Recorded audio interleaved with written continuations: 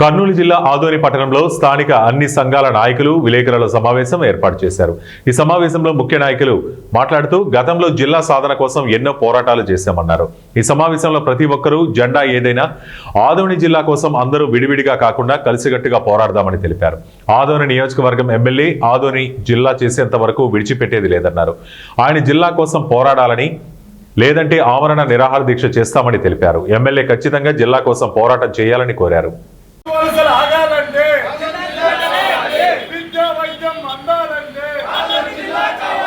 అభ్యుదయ వేదిక వారందరూ కలిసి ఒక జేఏసీగా ఏర్పడి ఈరోజు మేమంతా కలిసికట్టుగా ముందుకు సాగాలని నిర్ణయించుకున్నాము.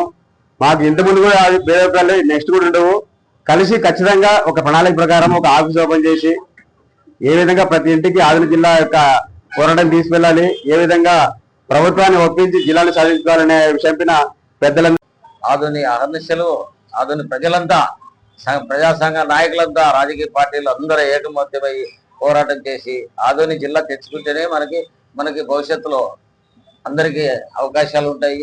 ఆదోని అభివృద్ధి అయింది. ఎప్పుడైతే మనకి ఆదోని జిల్లా అయిందనుకో ఇక్కడ ఉన్నటువంటి ఆఫీసులు అయితే దాదాపు 100 వచ్చారు. ఎమ్మెల్యే గారు అయితే మాట చెప్పారు, మళ్ళా చెప్తున్నా, ఆయన ఆదోని జిల్లా కాకపోతే నడిబొడ్డున ఆమరణ దీక్ష అని చెప్పినారు. కాబట్టి ఛాలెంజ్ చేసి ఆయన అడుగుతున్నా, గౌరవ ఎమ్మెల్యే గారు మీరు అట్లే ఉండండి, మీ మాట కట్టుబడండి, కాకపోతే ఆమరణ దీక్ష ఎప్పుడు చేస్తారో దానికి ఆయనకు ఖచ్చితంగా మేము ఇక్కడ ఆదోని జిల్లా సాధన జేఏసీగా ఏర్పాటైనాము.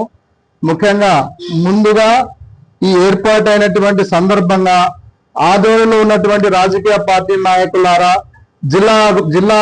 జిల్లా పైన మీ అభిప్రాయం వ్యక్తం చేయాలి. లేకపోతే రానున్న స్థానిక ట్రస్టీ కాదు. ఇవి కాక ఇంకా ఎన్జిఓస్ ఉన్నారు, ఎక్స్ ఎన్జిఓస్ ఉన్నారు, ఆర్టీసీ యూనియన్స్ ఉన్నాయి, అడ్వకేట్స్ ఉన్నారు. వీళ్ళందరికీ మేము సలహా ఇచ్చే ప్రకారము మేము వీళ్ళందరినీ పిలుచుకుపోయి వాళ్ళని కూడా ఇన్వాల్వ్మెంట్ చేసి రాబోయే రోజుల్లో ఇది ఒక సంఘటిత పోరాటం చేస్తాము. ఇక్కడ ఎవరికేం మనస్పర్ధాలు లేవు.